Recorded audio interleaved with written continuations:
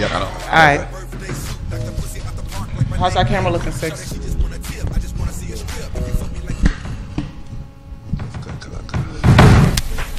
One, two, 1, 2.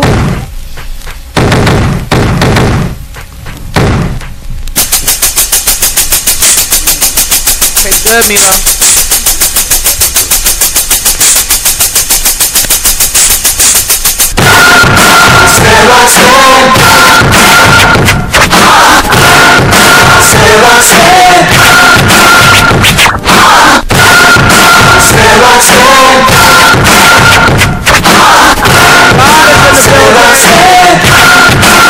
Good afternoon, y'all. You are listening to Roxanne Roxanne. I am your hostess with the mostest. Bam! Roxanne, turn down for what? Listen, I'm still functioning off the energy from last night. So anybody want a problem, come see me. I'm just kidding. I kid. How's everybody doing today? Oh man, fantastic. Good. Six. Y'all gonna hear Six on the low because one of the mics is not working. We got the God in the building. First of all, today we got a dope show. But of course, we got. Introduce yourself right quick. Jarmaine Grant, Leroy Jarmaine Grant, 34. Yes, we got Danny Reyes. We got my baby Mata, hip hop soul singer Mila Machenko. You got me. You got Six Starborn, and on the sidelines with his players gear on. Ram! Step into the camera. Don't be shy. The God Victorious is in the building. Today we got a dope show. We'll be talking to Danny, a former college basketball player who shot several times by New Jersey State police officers in the late 90s for driving while black. Light skin's back. Light skin's back. So stay tuned for a little R&R. First of all, light skin's back. I want to give a special shout out to Salone de Lafayette last night. We had our 90s party with Chuck Chill Out on the 1s and 2s. It was a little bananas. Was it not bananas? Yeah, it was crazy. It was crazy in several senses. Oh, everybody turn your phone off. Y'all ain't hear that, did y'all? It was a little bananas, but at the end of the day, despite all that negative energy, and can you put the music down for 1 second, please? You know what time it is, right? Roxanne Shade? You tried to front on a legendary dude. I'm not going to name you, because we're not going to give you no credit like that, but I just want you to know that your breath smells like you had 8 shitty Pampers in your mouth, all right? And next time you try to front on somebody like that, well, anyway, you lost out because other people was trying to check for you because you got everything warmed up for Chalk Chill Out, but when you was trying to front on the set, not wanting to hand the baton over, you know what I'm saying, and trying to extort us, we paid you money, but trust me, I'm not gonna say what I said in the ladies' room yesterday. But when you tried to extort us, you understand what I'm saying? You really played yourself. Yo, but real it's talk. all good. I'ma just I don't even like to say too much negative stuff, but like I hope enjoy it. I hope that's the best sandwich. The best, for real. Like that is the highlight. Yo, that was the highlight of your entire DJ career right there. You will go nowhere else in the world. Right. Me and A-List work with every DJ in the game. Mm-hmm. We have worked with them. We will work with them in the future. You could have been somebody. Right. You could have been somebody. You could have been. You don't like what I'm saying? Do I hear myself? Y'all hear me? Is my mic on? Yeah. If you don't like what I'm saying, you can send your daughter for me. Oh, no. No violence, please. All right? But anyway, and this has been another edition of Roxanne Shade. I'm just saying, because my goons was in the building and they was ready to see what was going on. But, I'm a businesswoman, so we have to, No goonishness. No goonishness. With ladies. First of all, I want to ask Mila, whatever happened with your GoFund? Because you know that Ludacris's baby mama, she got a GoFund out, right? Yeah. Can you tell everybody, I don't know if y'all heard the last 2 episodes ago, Mila, we made a decision that we were going to have a GoFund and get, some scratch-off tickets. She did put it up, but what was the end result, my love? Well, I put up my GoFundMe and I said, give Mila $1,000 to buy lottery scratch-off tickets. And apparently, in the rules, it says that you can't ask people for money to gamble. So they took me out immediately. They straight curbed you. They took my site down. They took it down like within like 20 minutes. Gosh, that was short lived. Yeah, they yapped me real quick. The but it was funny. Was short like leprechauns. Because apparently, I could have, tried to throw some shade on it or put different wording, but I titled it "Give Me Money for Scratch Off Tickets," and then I customized the URL "Scratch Off Tickets," and so I got myself out of here. Pretty much, I got myself out of here. Well, you heard about Ludacris' baby mama. I did. She started a GoFundMe because her she said that pretty much everything is wrong because she don't have any money and she needs to pay for lawyer fees so that she could be able to fight. To get her baby back and all that. Yeah. Did you hear about that couple who just went to jail because they made a GoFundMe saying that their child was sick and then they found out the child wasn't sick? And that's as they should. Yeah. Yo, just keep it 100. I want new titties. I'm gonna do my GoFundMe. I don't know when I'm gonna do it, but I'm gonna do it. I just want to go to DR right now. You can probably get money. You can probably get money for titties. That's not illegal at all. I'm gonna keep it a stack. You know what I'm saying? Y'all know April 22nd is Earth Day. Yes. Appreciation for the Earth's environment. What will you be doing to show appreciation, y'all? I'm gonna plant a tree. Okay. A tree for Brooklyn. I think I might stop smoking, but I haven't been driving as much. So I haven't been emitting any emissions from my car and polluting the environment. What you gonna do, Danny? What you gonna do? Awkward silence. You gotta smoke one less blunt and reduce your carbon imprint. Okay. What you gonna do, Six? I was gonna light a blunt. That's what I was gonna do for Earth Day. Put something up in the air. Yo, from one Earth to the other. I got my medical card, so I'm good. Oh, I'm supposed to do this. Guess who's hanging out later? Go ahead. Wow, he got that young medicinal marijuana card. Yo, Victorious, what you gonna be doing? The doctor told me to do it. We going to the spot and planting some cucumbers? Come on. Birthday, I'm not gonna litter in any black neighborhood. You gonna go outside the neighborhood and litter? Yeah, take your trash to the east side, to the other east side. I love that attitude. Great attitude. Now on to the segment in which I have coined Roxanne's rant. I like to blow. Yo, this articulating arm is getting on my mouth. Okay, I like to blow off a little bit of steam and to get, I like getting things off my chest. And I have a problem because this dude that I know from IG, he really cut up badly. Six, can you just please cue it? Okay. Oh yeah, I got this clip. Yo. Dude was wilding for respect on IG, so I just want to know what part of the game is that? Do I need to just take this mic off and hold it in my hand like an MC? Jesus Lord. Oh wait, I had to play from your phone. Why? Because you know my phone's being weird. Oh my God. Well, anyway, let me just give you a brief synopsis of this dude. He was on freaking Facebook, on Instagram, beefing about how people be watching him or trolling him. Let me see if I can find it right quick, because something told me to, I'll send it to you. No, don't worry. I'm going to get it right now. I got it right now with 2.5. For the blood clot people, them who go up on people Instagram page and I follow and never like a picture yet. When you go suck on the mama, when you drunk or when you go get a blood clot job, when you dirty bitch, The one that goes out for the blood clot people, them who go up on people Instagram page. I'll transcribe one. I never like a picture yet. When you go suck on the mama, when you drunk or when you go get a blood clot job. On a dirty bitch, He seems a little upset that no one's. Was that people Huh? No, that wasn't Dr. Lee. No, it wasn't Dr. Lee.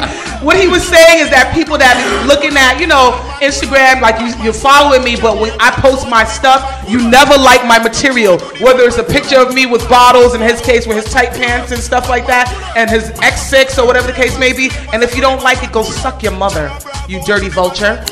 Fuck you. Nice though. We don't like you, sir. We don't like you. Go away. Who gets mad about stuff like that? Some people take their likes very seriously. They're like, I want some likes on these pictures, damn it. It's not that serious. Is it ever that serious, though? I bought this outfit and I put it on and I took the time to take a picture. I can't get no likes. People who didn't have a voice, man.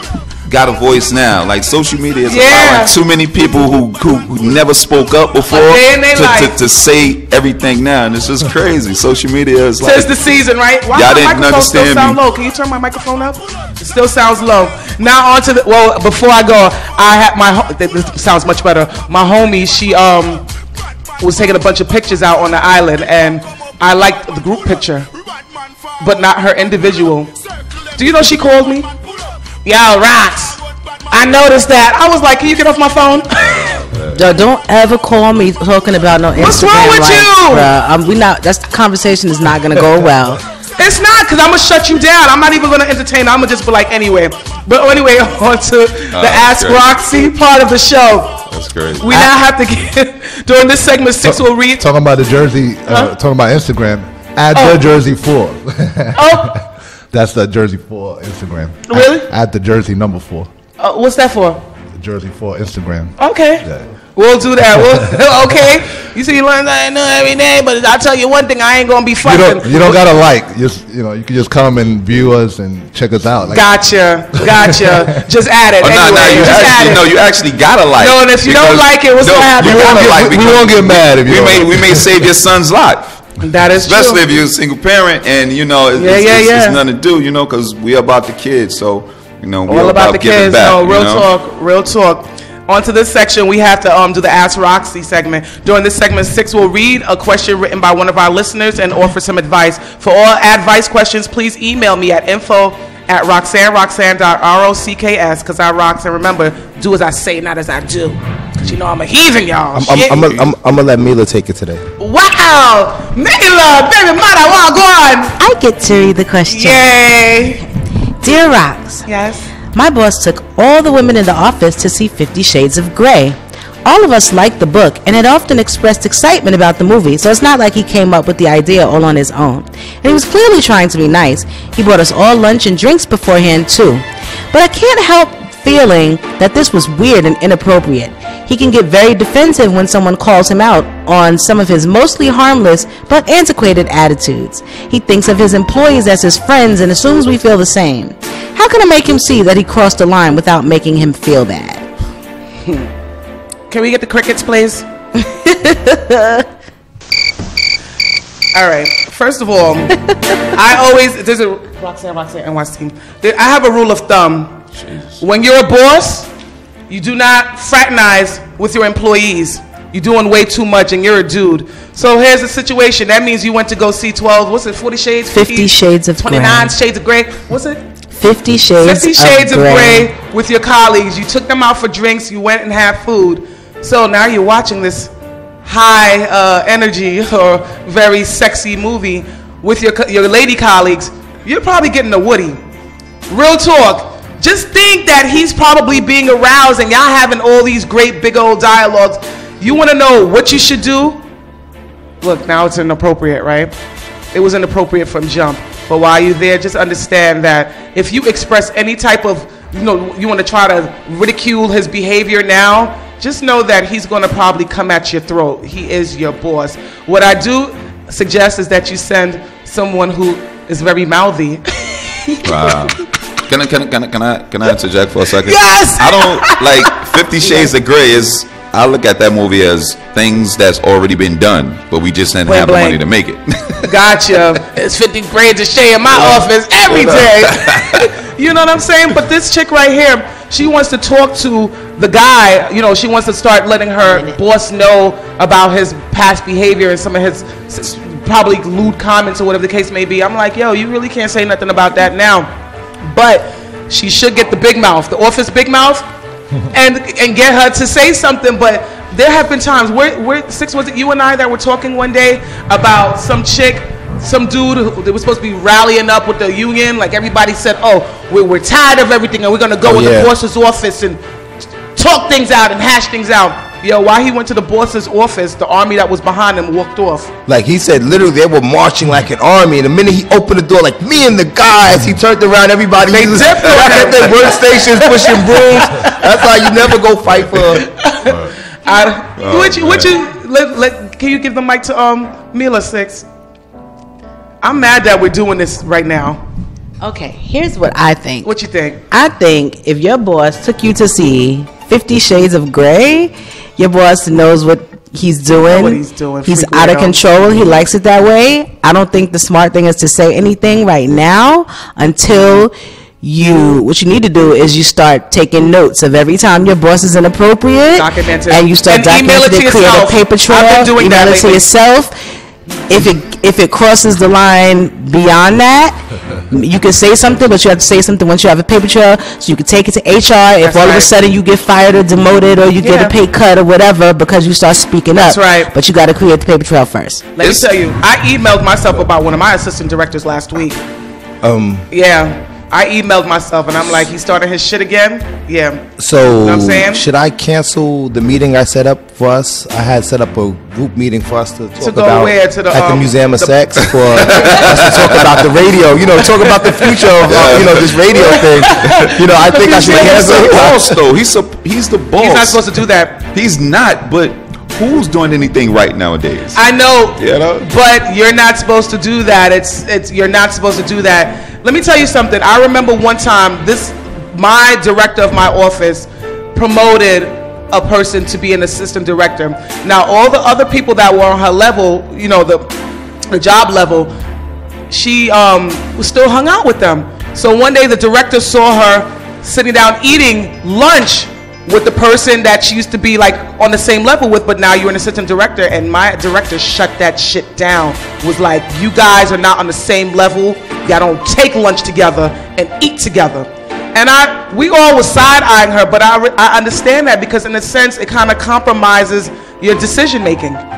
You understand what I'm saying? Absolutely. When I saw other directors go into like colleagues and subordinates' houses and stuff like that, I'm like, yo, when I have a problem, look, you coming to my house too, that means I need you to fix it. Because I'm already have an attitude, because we cool, right? We cool.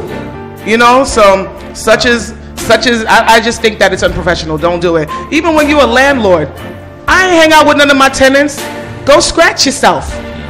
We not on the same level right now, because then next thing you want to tell me that your freaking rent is late.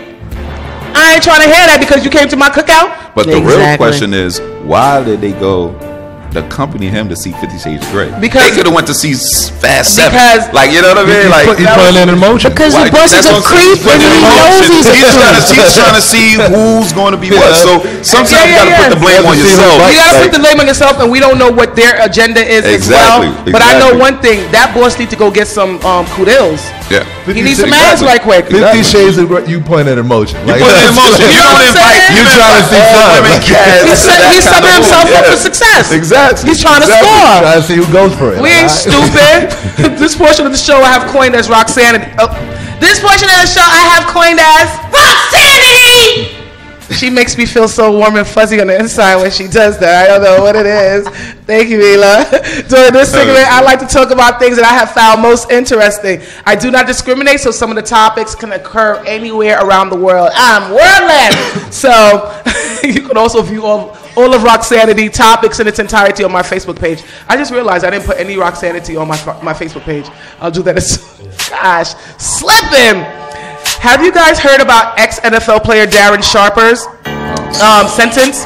Darren was sentenced to 9 years in jail for slipping Zolpidem, also known as Ambien, into 9 women's drink and then raping them.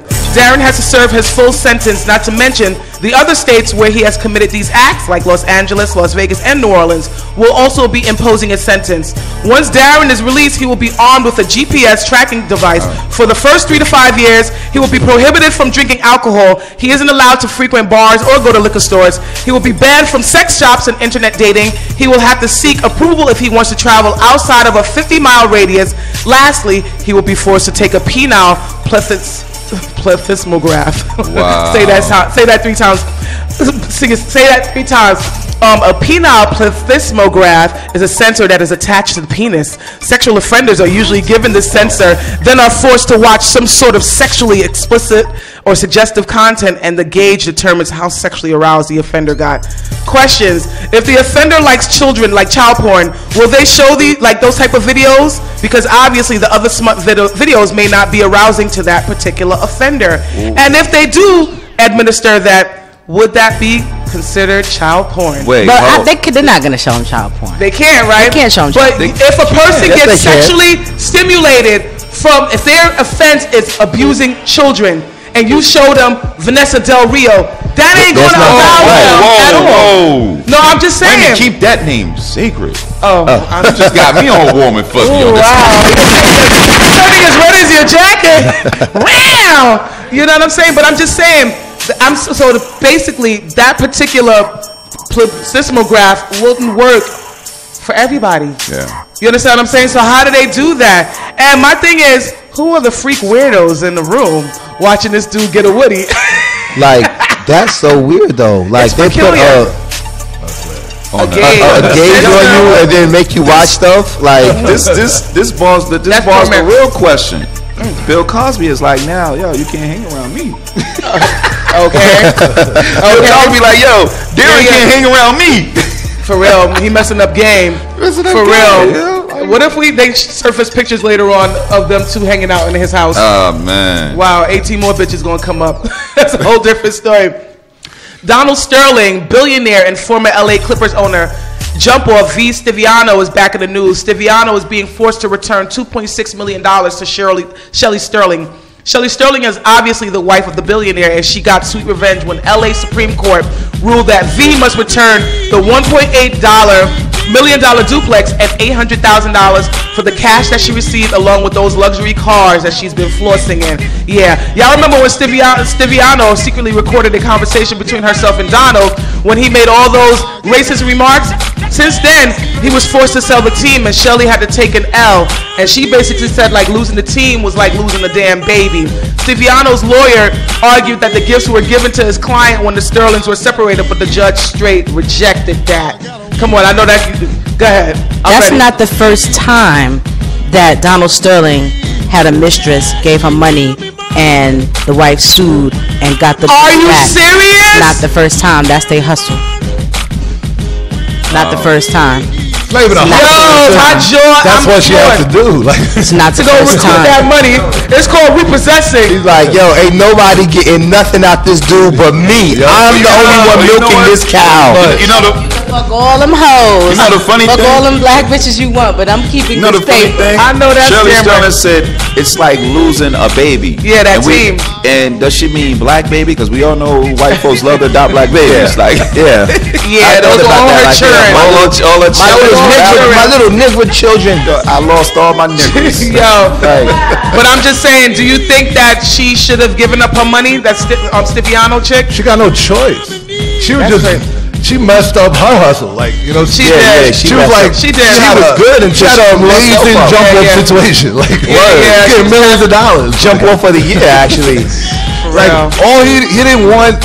You know what? I'm not even that mad at him at one point, because if he just would have said, yo, I don't want you showing up to the Clipper games with no dudes, he would have never got in trouble. Right. You know what I'm saying? But it was because I'm pretty sure he probably didn't like her if she showed up with white dudes. It just so happens that she was showing up with black dudes. They know that black dudes, you know they got a reputation for being a certain kind of way. It's his team. Like, it was competition. The minimum, if he's giving her millions, don't show up with guys to the game. Listen, I'd listen. But see, he didn't say. That's the problem. Is he didn't say don't show up with guys. He said I don't care if you show up with guys to games. Just don't show up with these niggas. Yeah. Because I'm getting older and you know my is not working anymore. My friends keep teasing me about it. Yeah, probably what happened. That's what it was when he would go play golf. Yep. His homeboys was getting in his neck. You know what I'm saying? Like, what's up with your jump off? Like, you don't know how to control her. She's rolling with all these tall black millionaires. You know, they don't like that. Open bar for everybody she bringing. Okay. You know, that's the whole. All racism comes down to one thing. What? All racism is based the black dick. That will always. There will never be equality because they know if we have the same amount of money, power, status, what's gonna stop their women from crossing over? Yeah, from flocking. That's the only thing they have. But Stiviano was half black, right? She's Mexican and black or something. Yeah. So she's a mix. So. She's a mutt. You know what I'm saying? Let me not say she's a mutt. That's not that not nice. That not nice. Yo, a South Carolina man, Walter Scott, was killed by Officer Michael Slager who was fired and will be facing charges. Michael Slager pulled over the victim when he observed the victim had a broken tail light. The victim, Walter Scott, took off running on foot because they said they had a bunch of child support back payments or whatever the case may be that was owed. You know, he took off running and was tased and then shot multiple times in the back. The 33-year-old officer stated that he felt threatened by it, but a bystander pretty much contradicted that when he came through with the damn footage. And I just want to add that the guy that got the footage, do you know that he has pretty much copyrighted, and anybody that wants to get play that, they have to pay him like $10,000 per play. Well, so boom shakalaka. He got some great footage though. Yo, he did a great job. Bravo. Hustle. People from overseas in Europe are hunting him down. Like news shows and stuff? Huh? Oh, you mean like news shows and stuff? Not even just the footage itself. They just the raw footage. The raw footage. If you want to play it anywhere around the world, 10 stacks to play per play. So if you play it 2 times, you know how they usually play the commercial of what's to come, and then they play the actual live. That's 20 G's right there. But you know what? He gave himself a annuity on a killing. He gave himself a check. He did the right move because he went straight to the New York Times. Yeah. So that put the presidents right from the top of the whole media. Well, I just don't want him to go out like Willie Lump Lump, like our homeboy that captured the footage of Eric Garner being choked out. R.I.P. again, and R.I.P. to our South Carolina man. What's his name again? Walter Scott. Yeah. Do you know he had a person in the car with him? Yeah. Walter Scott? Yeah, somebody was in the car. They were actually just about to go to the house to go have like a barbecue. So he ran and the person stayed in the car? He stayed in the car. He was like, I didn't even know why he took off running. Well, after he ran off, you know, his fear was, they're going to arrest me for child support. Right. Because that's possible in South Carolina. Understood. You know, and the guy in the car, you know. He was oblivious to the whole thing. He was oblivious, like, what's going on? So, I didn't even know that. Sad situation. Now you know. But this is the perfect segue. FTP. Pope. FTP all day. So y'all know what time it is, right? The meat and potatoes of it all. Perfect segue. Yo, you are now listening to put it up. Round and round we go.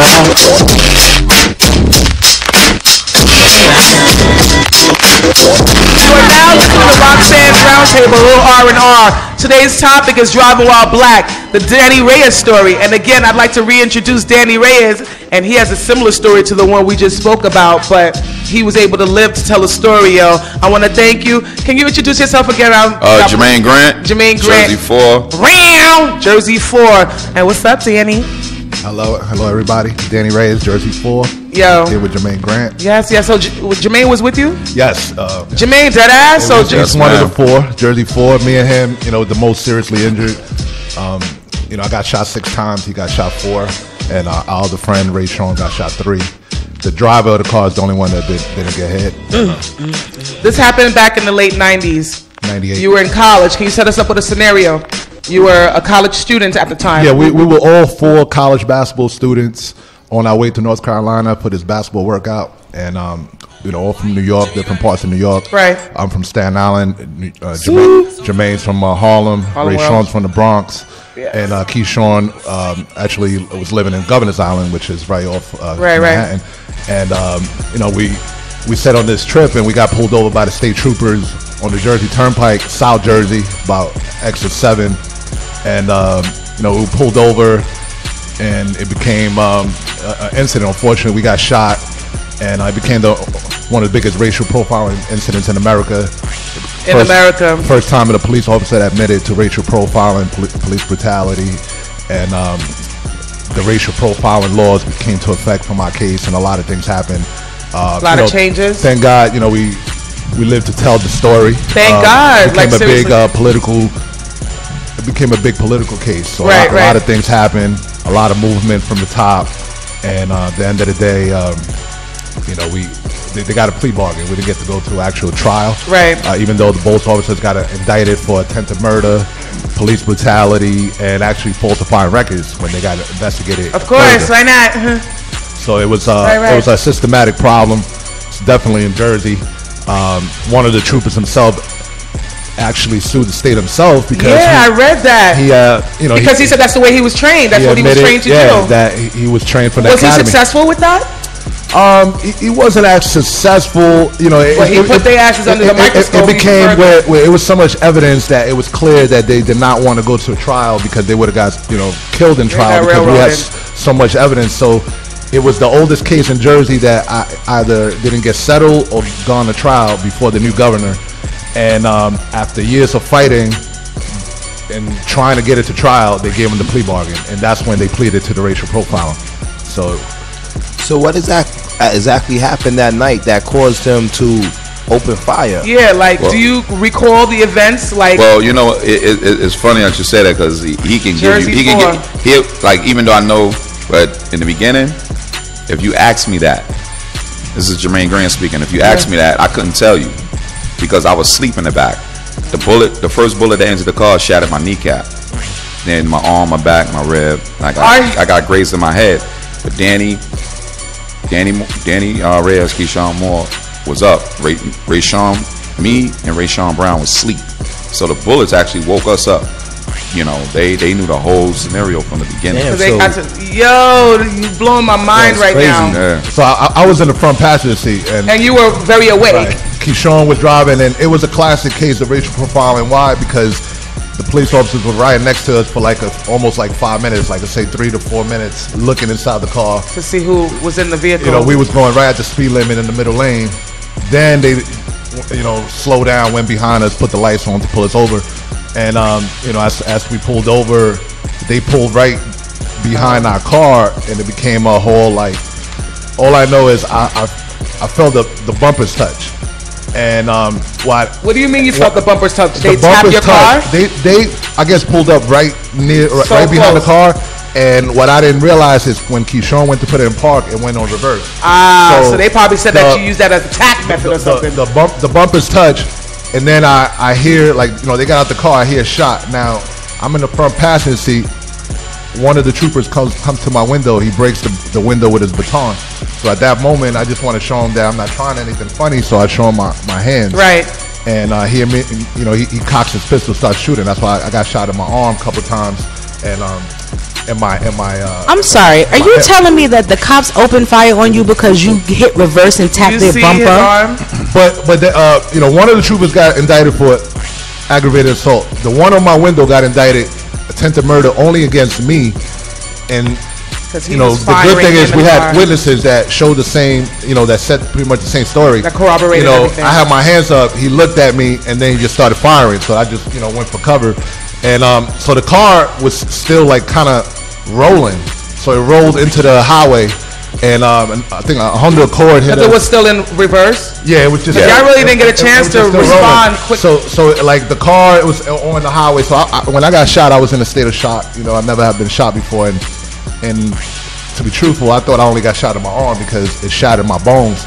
I got shot all around, my stomach, my back, everywhere. I didn't feel those, but when I snapped out of it, I realized we're in the middle of the highway. A car already had hit us, flipped over, blew up. Wait a minute. Yeah. So, oh my gosh. Yeah. So when your car was rolling, other things into oncoming traffic. Because it rolled onto the highway. Were you awake by then? I was awake because he was already shot up too. Because my first instinct was I didn't know what was happening. I thought we was getting carjacked. I thought we was getting carjacked. And by the time I finished getting hit with the 4 bullets, I saw the cop break the window with the baton and hold his gun up at Danny, and Danny showed no resistance with his hands up.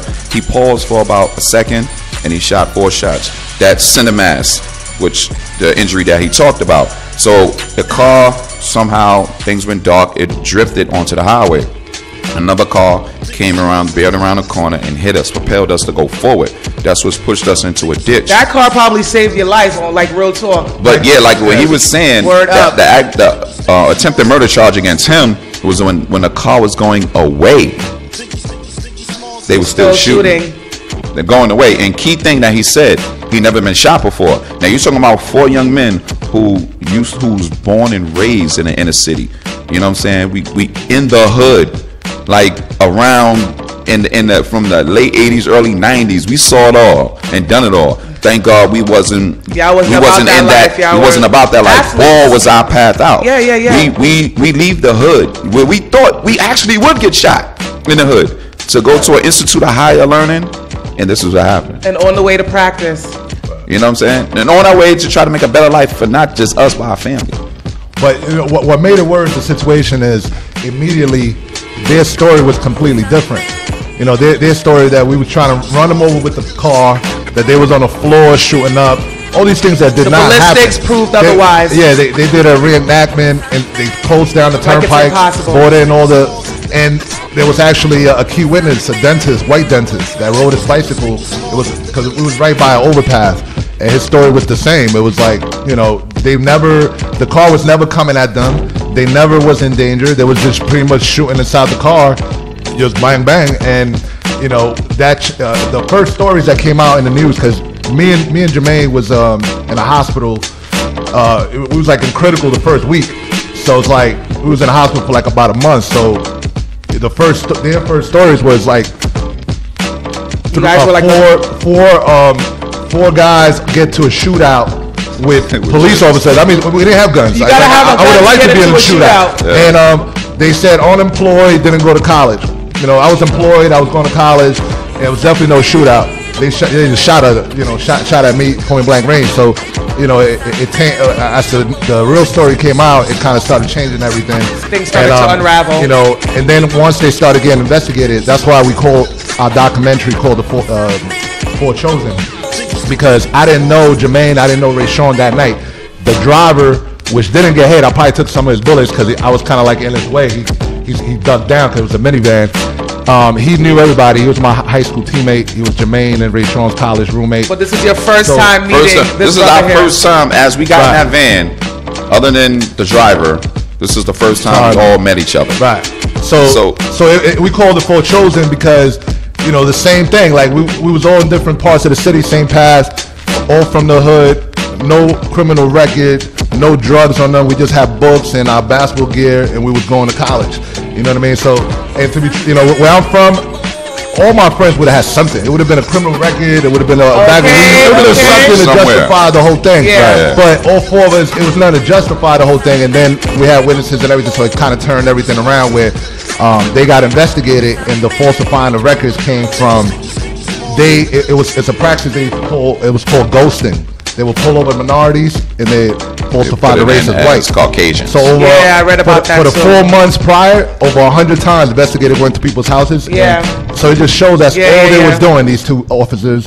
One of them, his father was the captain of that area. So they was already reckless. He would never they had gotten in 2 shootouts in the 2 months prior, but they never really got in trouble because if it was a way to justify it. Maybe the people had drugs or something. Yeah, then they probably would have been able to walk away from it. And one of the biggest good kids. One of the biggest twists is that one of the reasons why they came out with the first initial report that we were unemployed and we had to shoot out with the cops is that they found a container of creatine, which he, you know, used. We were ball players, and they found it without examining it and thought it was cocaine. Everything happens for a reason. At the time, I was probably in the best physical shape of my life. I was actually in training. I was a month away from going to play in the pro league in Puerto Rico. I had played there already 3 years in a row. So I was really training. And I was using creatine or whatever, so I was going away for the weekend. So I was like, let me take some because I knew I was going to be playing serious ball and working out. So I put it in a clear jar. They thought it was, and they took it. They took it to the lab. Thought y'all was the Coke boys. And you know, some of our lawyers felt like that helped us. You know, them not planting something because the way they falsify everything out. They thought they didn't have to plant anything. We already got the drugs. Oh my gosh! So this pretty much ruined your career. I mean, it ended my career for sure. It ended much. You know, me and him went to physical therapy together for about a couple of years. You know, I was. At least, you know, I didn't do it by myself. I did it with my brother. The person that you met that one night. It took about 2 years to get back to doing everything. It took me about a year to be able to write with my right hand. So it was a long road as far as physical therapy is concerned. And then it's still today. You know, I mean, we're about to embark on another anniversary, April 23rd. which is always emotional. It's always. I could only imagine. It's always, what year would that mark it? Yeah, man. How many years is that now? Was it what? It's been about 17, 18? Yeah. Because that happened in what, 97? 98. Yeah. 98. My oldest son is 97, and he's 17. So that's about what? Yeah. Yeah. So I mean, and it's still, we still have that stamp in the community because it was one of the states is still raw. to ever admit to racial profiling in the United States, and that helped us pave the way. Now, we've been doing great things in the community. Yeah, that was my next. And we're at marches whenever we can. We going to DC next week. We've been to DC. Reverend Al Sharpton, the late great Johnny Cochran. Yeah, we had an amazing. He was part of it. Was he your lawyer? Yes. Wait, y'all had Johnny Cochran? We was very fortunate. A lot of people go through what we've gone through and don't have half the support that we had. Like, fortunate enough, we did have Cochran come to the table with his, so-called dream team. And Reverend Al Sharpton started doing a lot of things, and a lot of other people. So we had a lot of support. Like, was the colleges very support your college? Were they very supportive? Yes, yes. It was a lot of rallies. There was a lot of things that happened at the time where it changed the tide. What school was that again? What college was that? Well, we was going down to North Carolina Central. Keyshawn had gone there, so he was bringing us there. But it was basically a workout. It was a opening for every school. We was going to try. It was going to be like a showcase. All these college coaches go to the showcase. I mean, we have to show y'all stuff, huh? High school, junior high school. I mean, if they really wanted to, in which they did, because the support came out for us before we even asked for the support. Because once people realized it was us from our community, they stood up for us before we stood up. They was like, nah, this dude, like he's around that, but trust me, none of these dudes are with that. So, I mean, shout out to all our families, our mothers, our fathers. Like, once they found out we had parents, we had families show up. And he's Puerto Rican, I'm black, but that's black. You know what I mean? But I mean, we were ganged up, like mothers, fathers, sisters, uncles, aunts, down south relatives. Like, nah, not him, not them. Like, you know what I'm saying? So I mean, so they knew they messed up, and I'm like lost for words. And we was fortunate. Like we met with Hillary Clinton and Corzine at the time. With Cochran, with Reverend Al Sharpton. It's about 15 states that changed laws, racial profiling legislation, and once again we on our way march to justice. We're gonna be there on the 21st, this Tuesday. Meeting with everybody in DC. And they marching from New York, which is great. I mean, Are you marching with them? I haven't been marching. I'm busy. My schedule's busy. But listen, I was there 10 years ago. I was there last year. I'll be there this year. I'll be there next year. The thing about it is that, but everybody should come to DC though on Tuesday. That's where it counts. Like, I praise the people. I got a lot of friends that are marching from New York, but I'm gonna meet them in DC because that's where it really counts, because it's a whole thing to change racial profiling laws in America that's going to be handed in. And that's where it starts. The law starts there. So you have to get that plugged in right there. So but we're a staple in the community. You know what I'm saying? We're a staple. So we're trying to educate the young kids that we are mentor basketball. We do a lot, but we're not trying to be all over the place. Right. We're trying to get them to step up. All up in the videos. All up in the videos. We're trying to get them to step up because we're trying to do things elsewise, but we need that example. And we need from example. Can I ask a question? I'm sorry, brother. Even after that, there's nothing no one can say, because most of the time when victims go through things like this, being traumatized takes you to drugs. It gets you arrested. You know what I'm saying? So the mindset that we have was always that. So now the world really knows, like, dang, most of the time these guys, they do this, they do that, they use that excuse. We don't use that. We take that negative and turn it into a positive. So we're blessed in that, right? But how do y'all feel when y'all look at? Okay, we said that was 18 years ago, right? So now we look at like today, where especially now that we have social media and camera phones, where it's like every week now. I mean, literally every day. I don't think a day goes by that I don't see a new article about somebody either getting killed, beat up, brutalized. being let out of jail after being incarcerated falsely, being exonerated. Like, what do you think about every day like is something new to with me, the police? It just shows that it's systematic. It's systematic, and they don't care. They don't care. They we need know. to play that Michael Jackson What song. do y'all think really has to be done, though? I mean, I think it's unfortunate what's been happening in the last year, but I feel like incidents like ours is the type of incidents that need to happen to make great change, and I think we're going in the right direction. It's just a slow process. You know what I'm saying? Because believe it or not, we are better off right now than we were 10 years ago, and definitely 50 years ago.